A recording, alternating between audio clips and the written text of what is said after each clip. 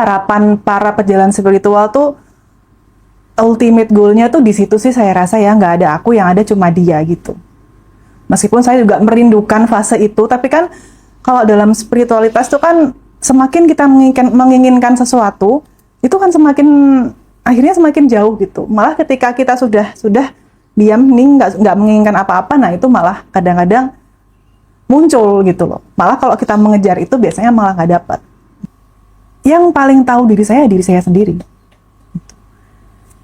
Jadi, dan apa ya, jadi kita tuh harus mempunyai sikap dan pemikiran kalau oke, saya berhikmat pada guru ini, tapi untuk hal-hal tertentu dan untuk yang esensi tetap balik ke diriku sendiri dan juga kepada sang penciptaku gitu. Jadi nggak semua itu apa yang dikatakan tuh harus dilakukan. Your karma is your memory gitu. Jadi dan itu tersimpan dalam seluruh tubuh. Ketika kamu menolak sesuatu, terlebih tentang emosi ya, itu tersimpan di tubuhmu sendiri, menjadi karmamu sendiri, sehingga akan kembali lagi nanti untuk itu kamu alami. Kenapa ketika saya itu menjalani kehidupan yang Mas Hendra tadi tanyakan, gimana sih prakteknya saya dalam keseharian gitu. Saya tuh pernah yang patah hati yang patah banget, yang sakit hati yang sakit banget gitu ya. Tapi gini, saya tuh selalu curiga, jangan-jangan saya juga punya peran di situ.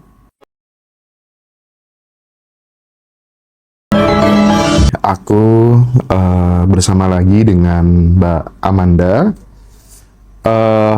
Malam ini kita akan membahas tentang tema yang bisa dibilang ini adalah serial tasawuf gitu barangkali. Jadi sesuai banget dengan kapasitas narasumbernya gitu. Yang selama ini kan kalau di Ngaji Roso tuh ngisi tentang meditasi inner child gitu ya. Nah hari ini aku coba ingin bertanya tentang ini Mbak Amanda, apa konsep mengosongkan aku gitu ya. Maksudnya kalau di dalam tasawuf itu kan ada fana, ada bako dan lain sebagainya gitu. Dari sudut pandangmu yang dimaksud dengan mengosongkan aku itu tuh maksudnya yang hilang tuh apanya gitu, yang harus dihilangkan tuh apanya gitu. Ya, terima kasih Mas Hendra. Selamat malam teman-teman Ngaji Roso semuanya. Terima kasih sudah mengundang saya lagi pada malam hari ini. Sebenarnya kalau saya menjelaskan tentang konsep tasawuf tuh kurang tepat ya, karena selain saya bukan guru atau mursyid ataupun kiai yang mengajarkan tentang tasawuf, saya itu cuma murid gitu kan. Saya cuma murid. Tapi konon katanya kan semua manusia itu pada sejatinya adalah murid. Jadi saya coba menjelaskan atau mengutarakan dari apa yang saya alami, apa yang saya pelajari, apa yang saya geluti selama ini sejak tahun 2011 ya, mengenal spiritualitas, terus mendalami tasawuf sejak tahun 2013. Berarti sekitar 13 tahun ya. Kalau berkenaan dengan yang dimaksud mengosongkan aku tuh gimana sih gitu. Untuk istilah-istilah Arab, mungkin Mas Hendra lebih paham karena lama menjadi santri. Kalau saya tuh murid yang occasional aja gitu. Untuk istilah, saya lemah sekali dimanapun, belajar apapun, untuk istilah saya lemah. Tapi kalau secara esoterisme ya, maksudnya secara hakiki artinya yang dimaksud mengosongkan aku tuh menurut apa yang aku alami dan aku pahami sejauh ini, itu yang dikosongkan itu menurut saya tuh egonya gitu. Nah, secara simpel yang saya sering utarakan ke teman-teman yang ke rumah ataupun ikut ikut retreat sama saya yang jeda bersama itu, saya selalu jelaskan kalau secara simpel manusia itu kan terdiri dari beberapa lapisan. Ada lapisan tubuh fisik, lebih dalam lagi pikiran, ada emosi, terus kemudian ada ego itu bisa dimaksud dengan keakuan.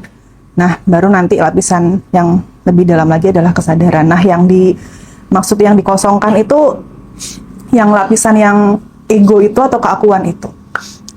Jadi apa ya?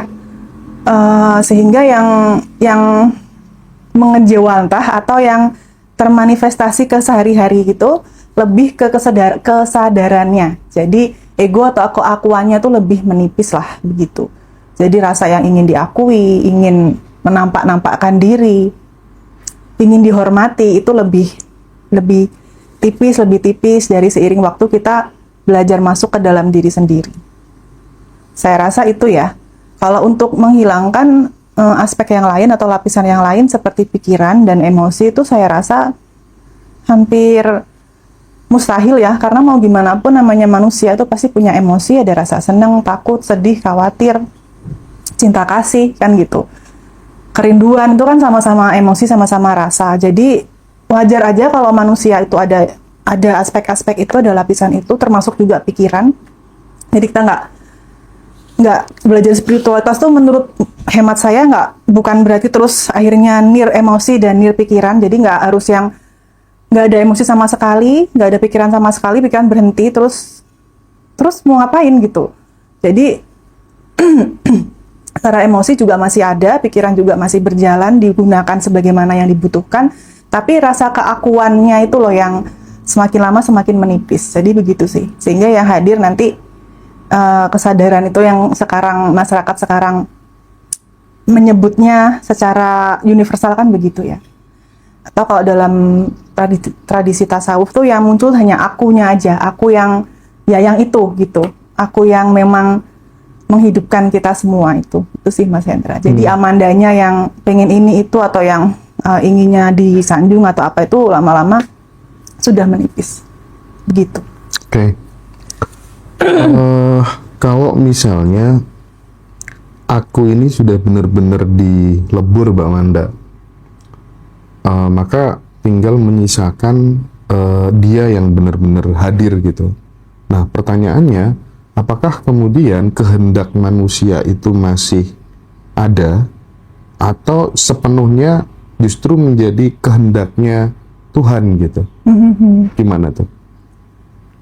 Saya rasa kalau yang itu sebenarnya ultimate goal-nya orang belajar spiritualitas sih ya. Jadi benar-benar meniadakan aku yang sebagai aku Amanda atau mungkin Hendra atau Mas Habib. Yang nggak ada lagi udah gitu.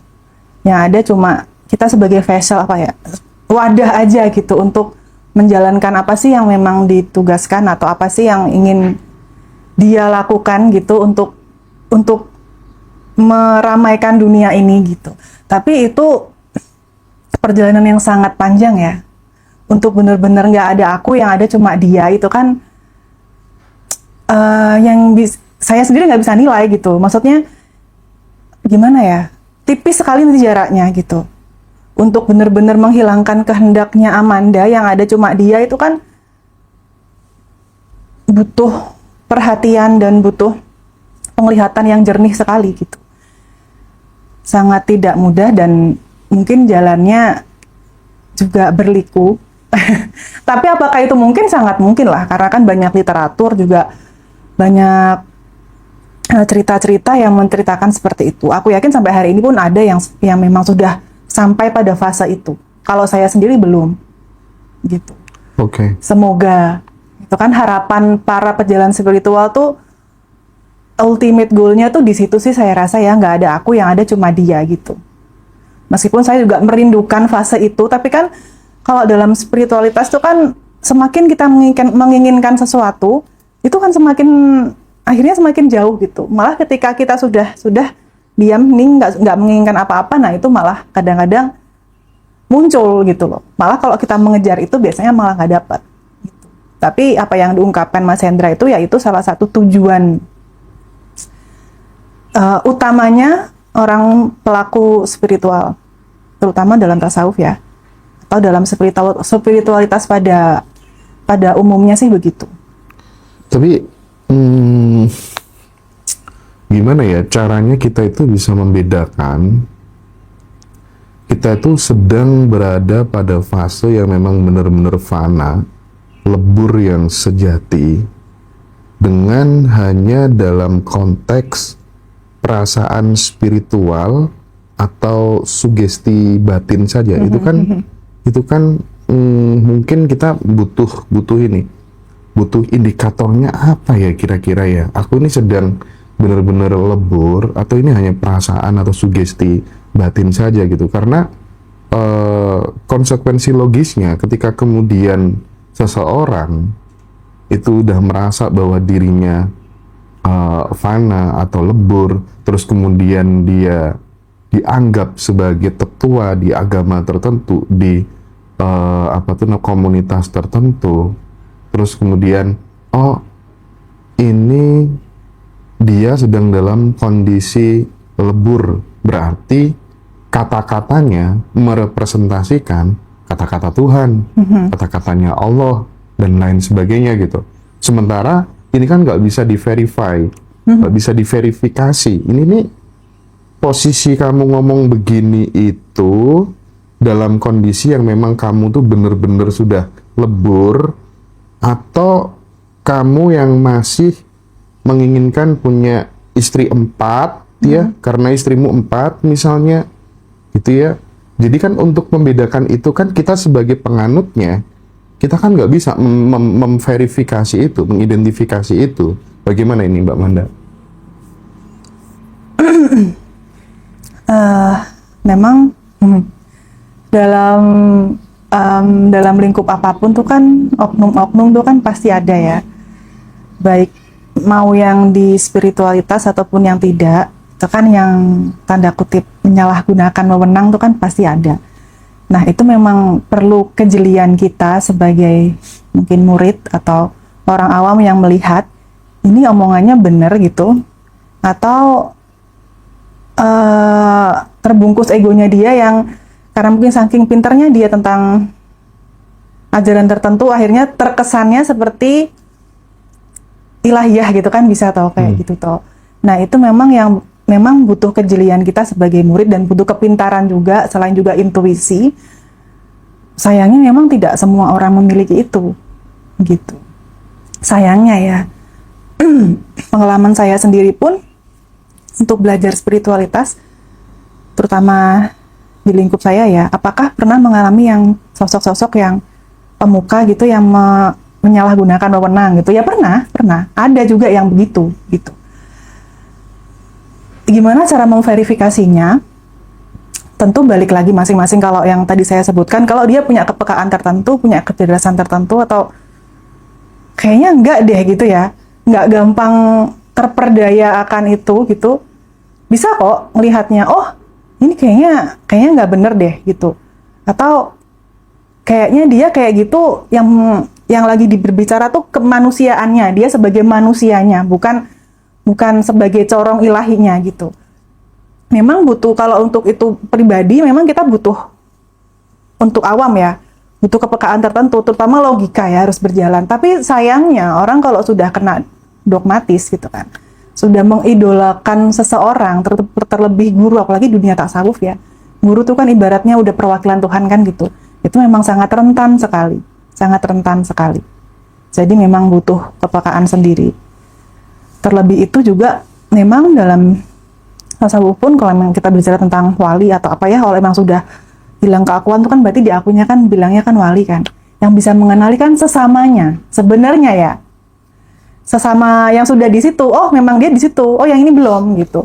Jadi untuk murid ya mungkin menerka-nerka, tapi kalau untuk murid yang memang sudah ikut lama itu akan susah sekali. Apalagi dia tidak pernah terpapar oleh mungkin sosok yang lain atau olah ilmu yang lain. Kenapa kok pada kenyataannya banyak yang sudah ngikut itu tuh, kita misalkan mau ngasih informasi atau kebenaran yang lain tuh malah mental kan, malah jadi bikin ribut dan sebagainya. Karena ya gitu, secara psikologis memang kalau kita sudah berguru terhadap seseorang dan sudah mengidolakan orang tersebut gitu, dan kita titik berangkatnya tuh kurang pas ya, jadinya kayak kita terperdaya oleh itu.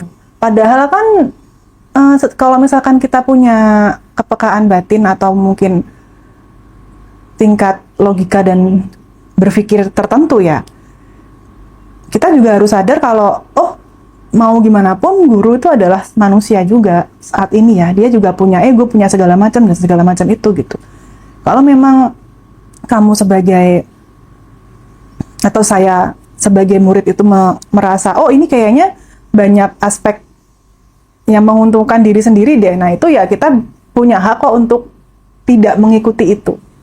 Tapi kan ada juga yang kayak gitu biasanya diancam-ancam sama gurunya, biasalah kalau kayak gitu ya.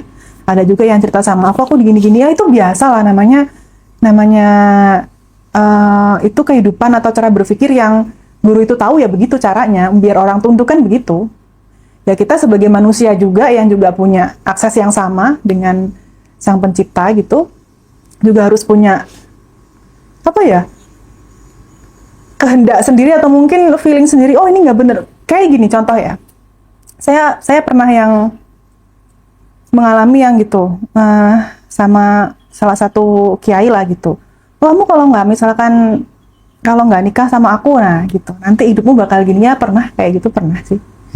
Terus diajakin ketemu gitu susah. Kalau misalkan nanti aku bisa bikin kamu ini, jangan nolak terus ya. Kalau misalkan diajak ketemu gitu, kamu sekarang pakai baju ini itu segala macam, tempat tidurmu ngadep ke sini apa sih, spraynya tuh motifnya, tahu semua dia, tahu semua.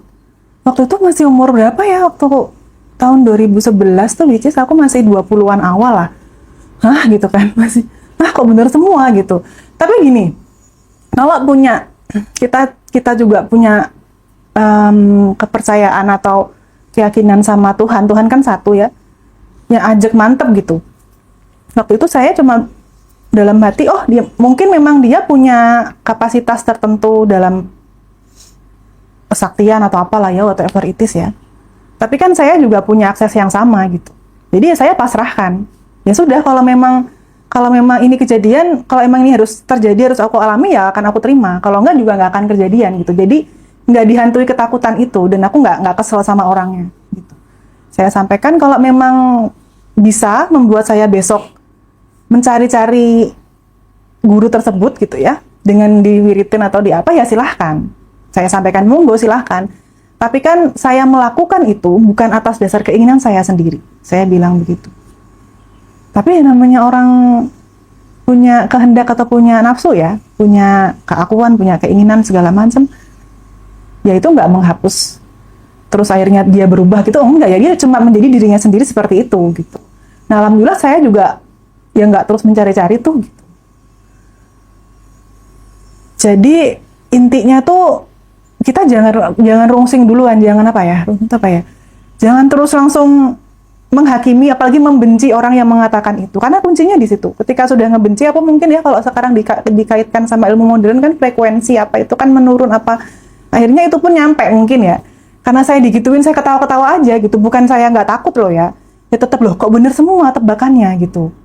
Waktu itu kan belum musim CCTV ya, apalagi saya di kos, agak serem kan, tapi pasrah langsung, ya sudah. Ya lo kalau emang ini memang akan terjadi sama aku, berarti memang ini rezekiku gitu. Kalau enggak ya enggak, gitu aja udah.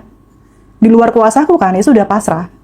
Jadi kalau memang kamu tidak tahu sama sekali tentang itu, nggak punya pengetahuan, nggak punya keilmuan, apa hal tercerdas yang bisa dilakukan, ya pasrah dong.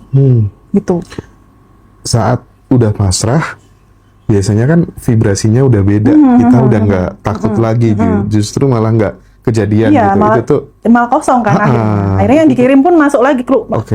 Makbleng doang gitu kalau kata orang Jawa. Itu gitu. tuh bagus buat teman-teman gitu ya. Kadang kan kita kan sering ya, waduh nanti kejadian kayak gini nih. Dengan pakai konsep itu, ya udahlah yang terjadi biarlah terjadi. Justru kemudian netral. Nah itu bisa digeneralisir untuk berbagai macam kasus buat kehidupan kita gitu. Tapi aku tertarik soal tadi Mbak Manda. Ketika kemudian ada seorang mursyid, seorang guru yang kemudian menjadi figur otoritas dan setiap hari beliau ngajar, dalam proses pengajarannya itu kan sebagai implikasi dari beliau mengajar setiap hari didengarkan oleh murid-muridnya, oleh pengagum-pengagumnya, itu kan akhirnya muncul sesuatu yang bersifat heroik ya. Akhirnya kan bagi jamaah dan lain sebagainya kan kagum nih. Ketika kemudian sudah kagum, dia hilang yang namanya nalar kritis, dia hilang yang namanya rasa. Padahal dua modal itu yang dititipkan Tuhan dalam diri kita gitu, untuk kemudian melakukan filterisasi terhadap mana yang rasional dan mana yang enggak gitu. Nah, konsekuensi logisnya ketika kemudian dia sudah terlalu terdogma dengan apa yang disampaikan oleh sang guru tersebut, di momen saat sang guru itu menonjol keakuannya, ya kan tidak mungkin menghadirkan mengosongkan aku terus menghadirkan dia terus, itu kan ya langka sekali lah orang yang seperti itu gitu. Sehingga akhirnya dia bikin nih, aku mau bikin kegiatan sosial nih, aku mau bikin ini nih, dakwah kemana-mana ini. Maka orang-orang tertentu yang sangat kagum tadi totalitas membiayai hidupnya dan lain sebagainya. Tapi dalam tanda kutip, mereka nggak sadar kalau sebenarnya juga mereka sedang dimanfaatkan gitu. Nah, bagaimana ketika kemudian modal yang diberikan Tuhan yang berupa nalar dan rasa ini udah mulai tumpul, udah nggak sehat lagi nih, apapun yang disampaikan gurunya seolah-olah benar, padahal dia dimanfaatkan, apa yang harus dilakukan gitu? Yang harus dilakukan sama orang tersebut, ya pasti nggak sadar lah dia kalau udah di kondisi yang seperti yang Mas Hendra ceritakan, udah kagum duluan dan nalarnya udah gini-gini. Itu kan sama kayak kita lagi jatuh cinta ya. Bedanya kita jatuh cinta sama guru kan gitu. Kalau saya juga lagi kagum sama seseorang gitu, sama anggaplah artis Korea siapalah gitu. Kita udah kagum duluan, emang nalar nggak akan jalan gitu. Yang muncul ya cuma emosi aja, emosi suka, rasa ingin terus bersama, ingin mencari perhatiannya dan segala macam. Akhirnya kan yang muncul emosinya. Ketika emosinya sudah terlalu mendominasi, memang nalar nggak jalan. Nah, kalau sudah begitu, yang dilakukan apa ya? Orang yang bersangkutan sudah di posisi ini, orang nggak lagi jatuh cinta ya, saya sering bilang. Diingetin bisa nggak? Nggak bisa. Malah yang ada nanti ngomongin, ini kamu nyinyir sih gitu, apa iri lah, atau apa, dengki lah, apa gitu kan. Yang misalkan ketika memang dia masih punya rezeki untuk tetap bersikap atau mempunyai sikap yang logis dan kritis, itu ya kayaknya yang mempunyai kapasitas sama Tuhan ya. Jadi kayak dikasih ingatan gitu loh, ini bentar, ini bener nih gitu. Kalau orang lain ngingetin, aku rasa nggak akan berguna sih. Ya kayak ibarat kita lagi ngefans banget sama siapa gitu ya, misalkan saya juga ngelihat sosok Mas Hendra tuh ini udah bijaksana, mentok gitu kan misalkan ya. Itu kan kayak misalkan ada orang ngingetin, kamu ngapain sih Hendra tuh gini-gini, nggak akan percaya. Tuh. Kecuali saya bener-bener mengalami sendiri, loh kok gini, nah itu baru gitu. Mungkin yang perlu dilakukan untuk orang yang di posisi kayak gitu, penglihatannya lebih dijernihkan aja gitu. Jadi ketika ngelihat sesuatu yang tidak sinkron, nah itu harus mulai berpikir ulang, ini bener nggak sih gitu. Dan saya tuh balik lagi ya, oke, guru tuh sebagai perwakilan Tuhan, tapi bukan Tuhan itu sendiri. Itu cuma pengantar kamu menuju yang tidak tergambarkan itu. Pengantar aja, jadi bukan tujuan juga. Tetap yang perlu terutama tuh saya bilang ke diri saya sendiri ya, saya belajar di mana-mana, menghormati guru-guru yang hadir dalam kehidupan saya, yang sudah tidak ada ataupun yang masih saya bertahan sampai hari ini. Pada kenyataannya, yang paling tahu diri saya sendiri. Jadi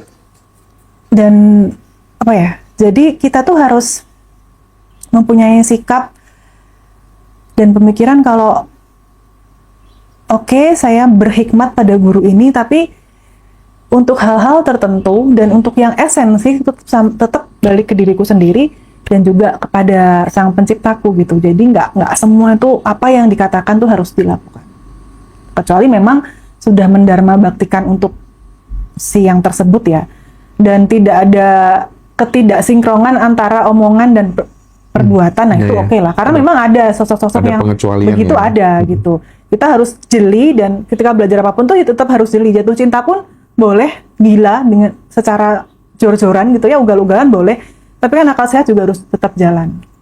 Kenapa dalam agama pun harus tetap berpikir kan gitu. Pikirannya harus tetap dipakai gitu. Meskipun ketika orang lagi sedang kagum itu agak sulit sekali karena yang yang menguasai cenderung emosi. Itulah mungkin dibutuhkan waktu untuk menyendiri, untuk hening. Kadang-kadang kita masuk ke dalam diri sendiri yang sehingga membuat pikiran, emosi dan perasaan kita tuh lebih subtle gitu loh, lebih tenang gitu. Jadi melihat sesuatu tuh bisa lebih jernih. Jangan grubyuk terus gitu. Kalau di Konghucu itu kan mereka tidak pernah tertarik untuk mengkonghucukan orang lain gitu ya. Di teman-teman Buddhis mereka juga nggak begitu tertarik untuk membudiskan orang lain gitu, karena mereka punya konsep bahwa setiap individu itu harus menempuh jalan pencerahannya masing-masing gitu, dan itu tidak terikat sama figur otoritas tertentu gitu. Berarti kita semuanya harus preventif, harus hati-hati gitu, bahwa ternyata berguru tuh ada risiko besarnya gitu, ya ada risiko besarnya gitu. Nah, kalau dari sisi pengalamannya Mbak Manda secara pribadi barangkali terkait dengan mengosongkan aku dan menghadirkan dia gitu, langkah-langkah apa saja barangkali yang mungkin bisa ditularkan? Maksudnya tuh yang selama ini habit-habit kecil yang dikerjakan seorang Amanda untuk kan cita-citanya ya, ultimate goalnya kan ke sana gitu kan. Itu tuh apa yang barangkali bisa ditransformasikan, share ke teman-teman semua? Baik, kalau berdasarkan pengalaman saya sendiri, dan tentu saya juga cuma bisa menceritakan pengalaman saya sendiri, saya tuh tipe pembelajar yang tidak hitung-hitungan.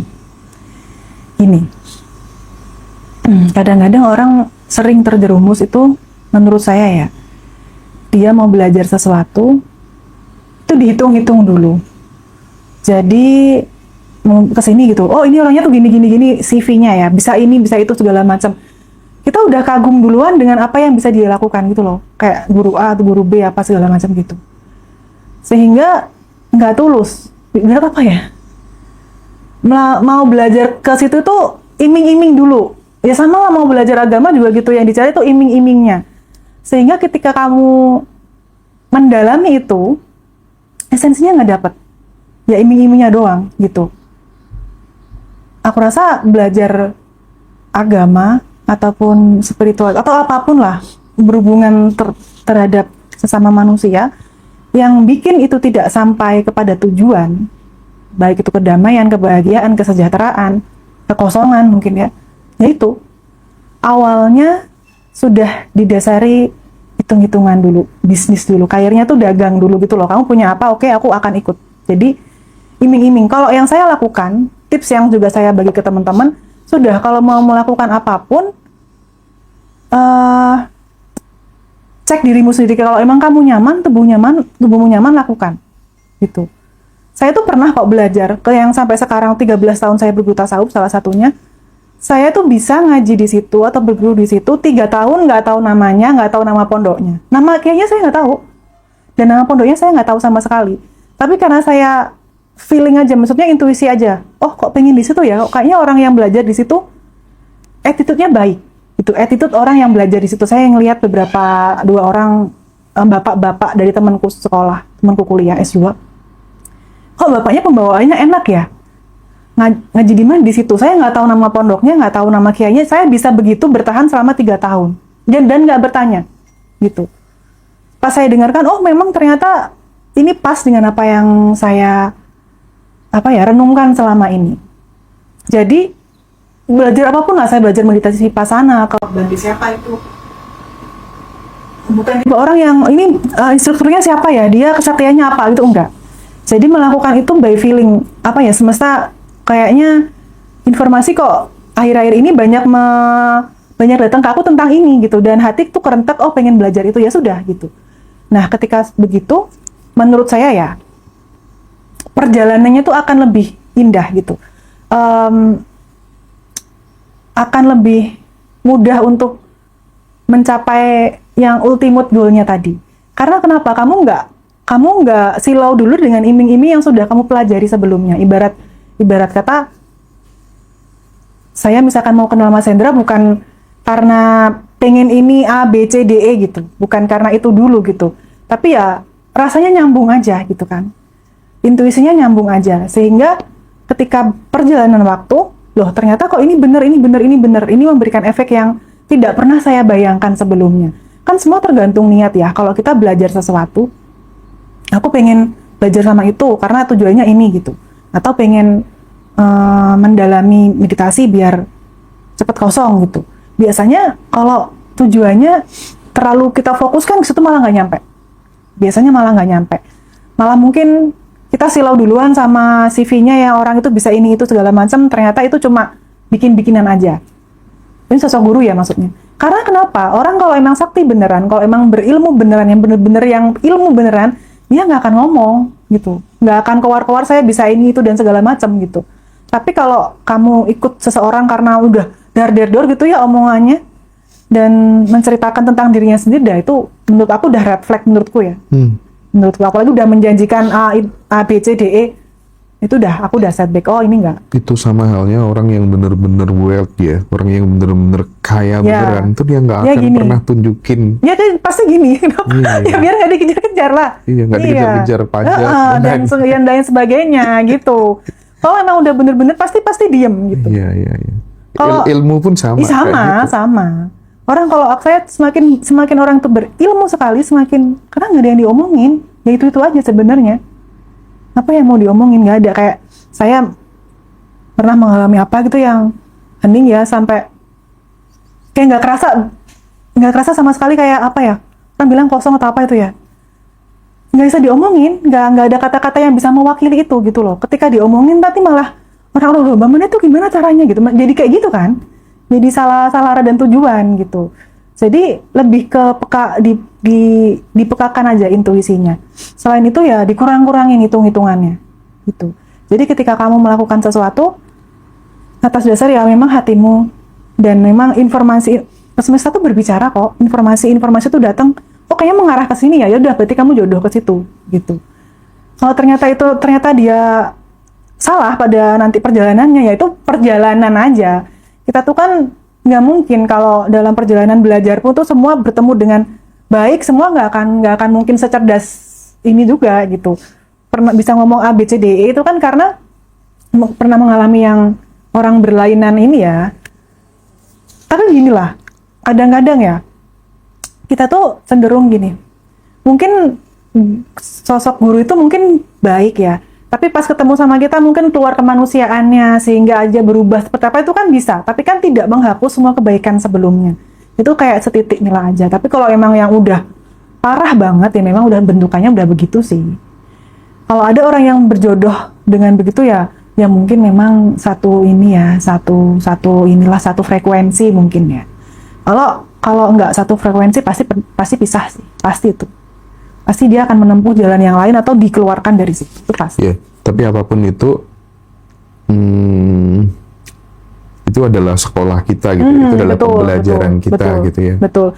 Saya nggak akan mungkin bisa bilang ke teman-teman, aku ada yang bilang ke aku ya Mbak, saya tuh katanya diguna-guna apalah gitu kan, sampai ketakutan, sampai anxiety apa gitu.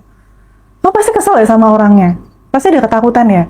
Saya nggak mungkin bisa ngomong kayak gitu karena kalau saya nggak pernah ngalamin. Saya pernah itu kalau yang tadi aku ceritain ya, kalau yang cuma diancam, aku nih kalau kamu nggak mau ketemu sama saya, besok aku bisa wiritin kamu biar kamu nyariin. Itu masih mending. Saya tuh pernah yang udah di tempat makan gitu ya, yang bener-bener berhadapan gini, minuman tuh udah dikasih sesuatu, saya tahu, disuruh maksa minum gitu. 1, 2, 3 kali oke lah ya. 1, 2 kali saya masih nggak karena saya kan orangnya terlalu berprasangka baik. Itu keburukan dan juga kebaikanku ya, kelemahan dan juga kekuatanku. Yang 1, 2 kali tuh malam, jadi kan remang-remang nggak kelihatan kalau memang itu ada sesuatu. Yang ketiga itu siang, Mbak Manda coba diminum gitu, ayo sudah diminum. Langsung kan, ini kenapa nih orang minum kok dipaksa-paksa gitu. Minumanku kebetulan waktu itu masih ingat banget tuh namanya es kopior, kan itu biasanya sirupnya warna pink ya. Jadi ketika ada warna abu-abu di situ itu kan terlihat kayak ibarat kayak kertas yang dibakar tuh loh. Jadi atasnya gitu terus ketika aku ngeliat kayak gitu, aku nggak langsung berpikir buruk dulu. Aku lihatlah sekelilingnya tenang gitu kan, lihat sekelilingnya kok nggak ada. Maksudnya kok nggak, siapa tahu ada renuntuhan dari atas gitu kan, kok nggak ada di makanan yang lain gitu. Aku langsung ini pasti ada sesuatu. Tapi ketika dia maksa dan itu adalah ada deal bisnis di situ ya, ada pekerjaan di situ, benar berantakan namanya sini juga, saya juga sendiri dan memang mengusahakan sesuatu untuk survival mode ya. Ya sudah, dalam batin ya Allah ini juga makhlukmu, aku juga gitu kan. Dia duwe Gusti Allah, aku yang duwe gitu. Orang Jawa ya, dia punya Tuhan, saya juga punya, ya bismillah aja, diminum. Gelega-gelega jadi habis nih. Nggak ada perasaan apa-apa. Kalaupun yang terjadi, ya terjadi itu mantraku ya. Yang terjadi, terjadilah. Kalau nggak terjadi, nggak akan terjadi. Kalau memang akan terjadi, kamu pakai ini, itu, dan segala macam, tameng apa ya, akan terjadi juga gitu. Jadi ya bismillah, yang terjadi, terjadilah. Udah gitu. Ya alhamdulillah sampai sekarang juga baik-baik aja sih. Mungkin kalau orangnya pemirsa ngaji dosa, mungkin dia tahu, itu berarti Manda tahu ya, tahu saya tahu Pak. Saya tahu Bapak. Tapi ya saya pura-pura nggak tahu aja gitu. Dan nggak apa-apa juga, itu kan, saya menghargai, itu kan usaha dia ya. Ikhtiar yang dia lakukan untuk mendapatkan apa yang dia inginkan. Yang dia tahu tuh caranya begitu, ya nggak apa-apa lah. Mau namanya usaha kok. Tapi usahanya itu kejadian atau enggak, itu kan rahasia ya, Sang Pencipta mengabulkan atau enggak. Jadi saya apresiasi itu. Saya bisa menertawakan itu semua. Itu saya apresiasi. Oke. Nah, mungkin yang terakhir barangkali ya. Dulu Manda tuh pernah bilang ke aku, kok bisa ya? Hanya merasakan emosi sepenuhnya itu bisa dijual jadi uang ya. Aku tuh sempat ingat ya waktu dulu kita telepon bahas itu kan. Tapi memang benar. Pada saat kemudian kita ke-trigger apapun lah itu ya, masalah pasangan, masalah pekerjaan, masalah apapun, itu tuh saat kemudian kita justru melawan sensasi emosi yang muncul, itu justru kemudian membuat yang namanya pola berulang, looping gitu ya. Nah, Manda, rumusnya kan sederhana. Ya udah, kalau pas kamu lagi sakit hati, pas kamu lagi kecewa, rasakan aja sesedih-sedihnya itu, rasakan aja. Maka dia akan terurai dengan sendirinya gitu. Ibarat makanan, lahap aja, makan aja sekalian gitu. Itu tuh Manda dulu prakteknya gimana sih sehari-hari, dan apakah kemudian itu cukup ampuh untuk memutus pola berulang dengan merasakan emosi itu secara total, utuh? Ya. Saya tahu tentang itu kan, kalau waktu kecil nggak tahu tentu ya. Tahu kan tahun 2011 lah, 2011. Semakin kesini semakin tahu kalau ternyata emosi itu ya hadir tuh normal aja karena kita manusia. Ketika memang itu dirasakan dan diterima, ya sudah loss sebenarnya. Tapi seperti yang dibilang Mas Hendra tadi, ketika itu ditahan, itu akan tersimpan dalam seluruh tubuhmu. Itu berkaitan juga dengan penelitian terbaru yang bidang neuroscience apalah itu ya, nervous system. Memang ternyata emosi yang tertahan itu akan tersimpan di tubuh.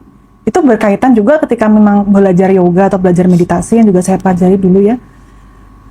Gurunya kan bilang, Seth Guru bilang kalau your karma is your memory gitu. Jadi, dan itu tersimpan dalam seluruh tubuh. Ketika kamu menolak sesuatu, terlebih tentang emosi ya, itu tersimpan di tubuhmu sendiri, menjadi karmamu sendiri, sehingga akan kembali lagi nanti untuk itu kamu alami. Kenapa ketika saya itu menjalani kehidupan yang Mas Hendra tadi tanyakan, gimana sih prakteknya saya dalam keseharian gitu. Saya tuh pernah yang patah hati yang patah banget, yang sakit hati yang sakit banget gitu ya. Tapi gini, saya tuh selalu curiga, jangan-jangan saya juga punya peran di situ. Punya peran sehingga saya mengalami rasa sakit hati itu, atau mungkin disakitin hati orang. Itu kan persepsi saya saat ini ya. Saya tuh selalu mencurigai diri saya sendiri. Jangan-jangan aku berperan menciptakan itu terjadi, entah saat ini atau masa lalu ya, entah di kehidupan sekarang atau kehidupan yang lampau. Sorry kalau ada yang memang nggak percaya itu, tapi I do believe. Jadi saya ngomong sama Tuhan ya Allah, kalau memang ini ganjaranku atas apa yang saya lakukan, saya terima sebesar-besarnya. Misalnya Tapi saya kalau komunikasi kan selalu pakai bahasa Jawa halus atau pakai bahasa Inggris kalau teman-teman ya. Kalau bahasa Indonesianya, kalau memang ini juga, kalau memang hal yang tidak menyenangkan ini tuh adalah ganjaran itu apa ya Mas bahasa Indonesianya? Pahala tuh. Bukan. Balasan atau apa ya? Balasan. Ya balasan lah. Balasan atau memang ini hal yang memang harus saya lakukan gitu. Hal yang harus saya panen dari tindakan saya, entah di masa yang mana, saya terima. Seterima-terimanya, saya terima. Biar ini selesai sampai di sini. Jadi memang saya tantang malahan gitu. Apalagi gitu. Jadi biar selesai, biar kerjanya selesai di sini. Ganti lagi lah episode yang lain gitu kan. Masa mau mengulang-ulang lagi rasa yang tidak enak yang sama gitu. Saya terima dan saya bilang ke teman-teman misalkan kayak gitu ya, rasakan, habiskan air matanya tuh untuk saat ini, untuk masalah itu ya. Saya terima untuk saat ini yang seluas-luasnya saya terima. Kalau emang ada lagi, apalagi ya Allah, apalagi gitu. Yang nggak enak apalagi saya terima saat ini. Tapi ini selesai sampai di sini ya, gitu. Saya selesaikan di sini biar nanti nggak perlu saya ngulang-ngulang lagi. Saya itu aja berkomunikasi kayak sama temen aja gitu. Mau mata terpejam ataupun mata terbuka ya nggak masalah, karena kan kadang-kadang serangan ya insight itu kan datang nggak melulu dalam kita kondisi sujud atau kondisi tahiyat atau kondisi zikir atau kondisi meditasi, nggak selalu dengan itu. Kadang-kadang kondisinya lagi menyetir atau apa ya, saya berkomunikasi di situ. Kalau memang ini adalah balasan atau mungkin ini hasil panenanku sendiri dari benih yang aku tanam, saya terima semuanya. Apalagi gitu. Biar ini selesai sampai di sini. Jadi biar next kita ngalamin hal-hal yang lain lah, nggak mengulang-ulang cerita yang sama. Nah memang saya juga heran ketika ada ya yang yang itu dijual terus bisa menghasilkan gitu, karena menurutku itu simple sekali kan. Simple sekali. Tapi nggak tahu ya, justru emang hal simple orang jarang paham ya. Malah untuk yang punya ribet-ribet nggak mau gitu, padahal cuma gitu-gitu doang. Iya, gitu. betul, Cuma betul. gitu-gitu doang. Oke, menarik sekali ya diskusi kita malam ini, sahabat semuanya. Dan aku ingin mengundang teman-teman semuanya. Nanti di tanggal 28 Maret, Ngaji Roso tuh bikin acara Mi'raj Kesadaran. Dan itu Manda sangat senang sekali dengan acara itu. Pokoknya yang serial-serial tasawuf tuh Manda care banget gitu ya. Nah, nanti ada Abah Setu, ada Pak Kojim. Acaranya yang bikin rundownnya itu nanti Mbak Manda sih. Awalnya ada kita meditasi terlebih dahulu ya Mbak Manda ya. Baru kemudian nanti kita masuk sesinya Pak Kojim dulu ya. Pak Kojim. Yang tentang mantra moksa, tentang itu apa? Makrifat Siti Jenar ya. Ya. Terus kemudian setelah itu Abah Setu, sesi pertamanya itu teori dulu kali ya, tanya jawab. Teori, tanya jawab. Baru kemudian sesi 2-nya praktik ya. Praktik. Jadi silakan teman-teman yang ada waktu, masih ada 27 seat ya. Silakan teman-teman nanti bisa hadir, lokasinya di Novotel Mangga 2 Square ya Bib ya? Ya, Novotel Mangga 2 Square. Nanti acaranya start jam berapa Mbak Manda? Jam 2. Jam 2 siang ya teman-teman, Sampai jam silakan 10 malam. yang di Jakarta dan sekitarnya untuk bergabung. Mbak Manda, terima kasih banyak, kita ketemu di episode selanjutnya. Yeay.